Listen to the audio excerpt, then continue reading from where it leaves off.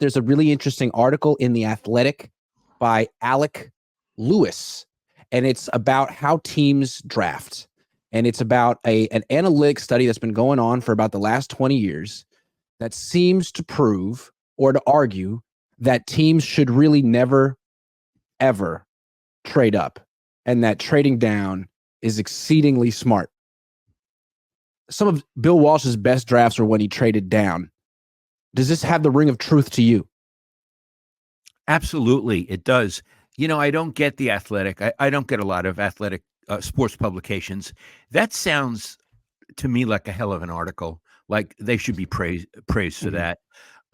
Bill relentlessly traded down. He would trade down in a draft, and then he'd trade down again in the same draft. The idea is you want to get as many picks as you can. And Iggy, explain the philosophy of as many picks as you can, as opposed to giving up picks to trade up. Right. The author does a really good job of sort of describing the different thought processes. When you trade up, the idea is you're certain the player you're trading up for is going to be really good. Like you're saying, not only am I certain about this guy, but I know better than other people.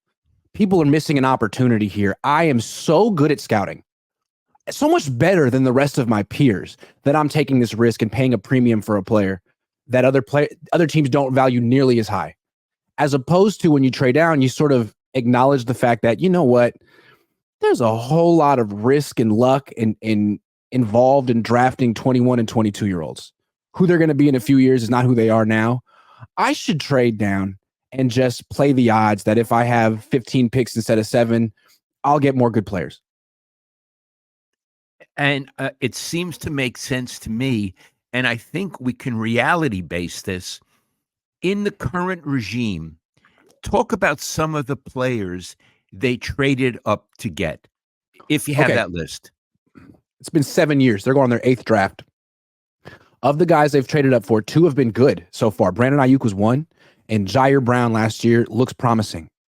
Other than that, Trey Lance, Reuben Foster, Dante Pettis, Trey Sermon, Joe Williams, CJ Beathard.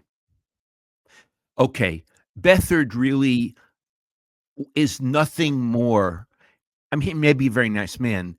He's nothing more than a number 2 or a number 3 quarterback on a team. You don't trade up for him.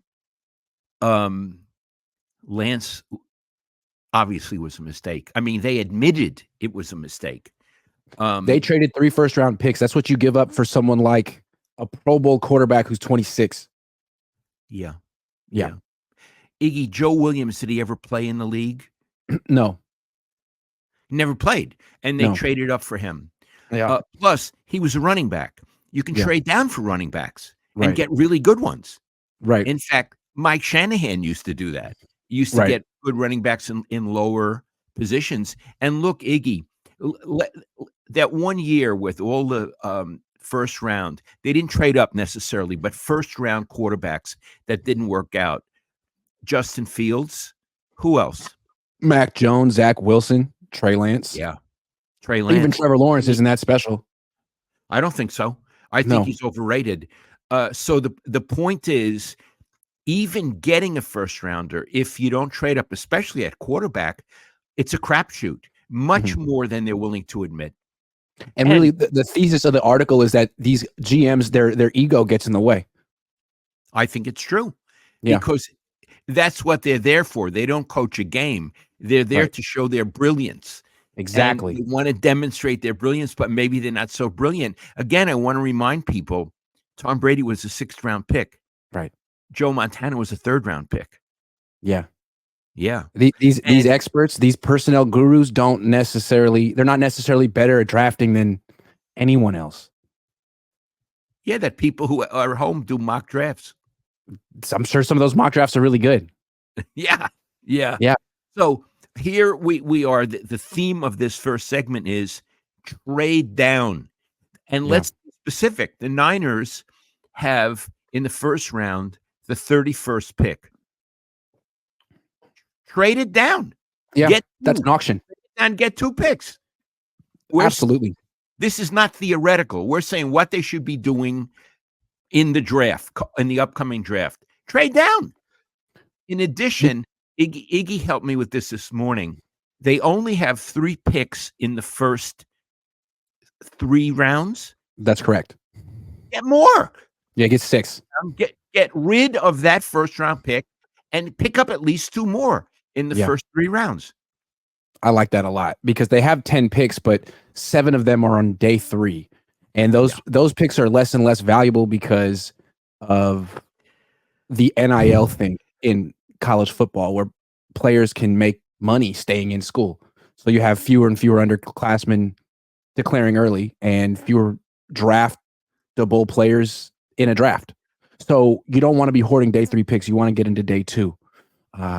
Trade down. And what the last thing about this article that's interesting from a theoretical perspective is, if you're really committed to this, it's not just trading down you want to do. Trade out to next year.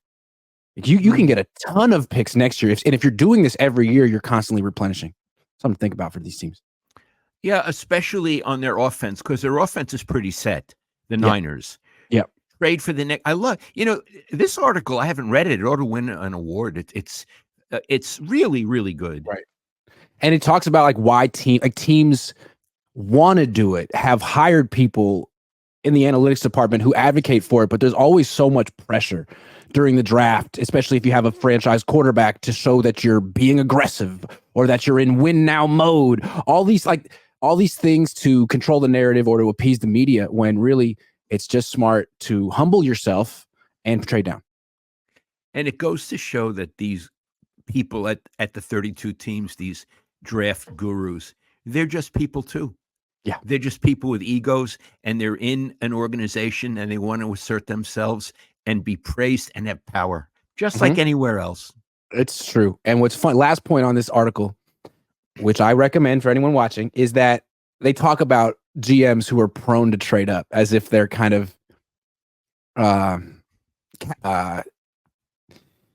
slaves to their ego. Trent Baalke, the guy who thinks he's the smartest guy in the room. The guy, this was 12 years ago. We were there, you and I, at the pre-draft press conference. They're going to have one probably next week for John Lynch. And they were picking 31st, just like the Niners this year. They had just lost in the Super Bowl. And the question was posed to Trent, do you know who you're going to draft? And he goes, oh, yeah, absolutely. In fact, I've written his name down and put it in an envelope. You were there. It was. What hubris? I know. I could say something snarky about him, which I will. You said he always thinks he's the smartest guy in the room. If he were the only guy in the room, would he be the smartest guy in the room? Debatable. Yeah. Debatable. Fish and Chips has been a member for 8 months. Thank you very much. And he says SF Bay Area Sports Columnist of the Year 8 times. I think I was, yeah. 8 times. 8 times. 9 times. 9 times.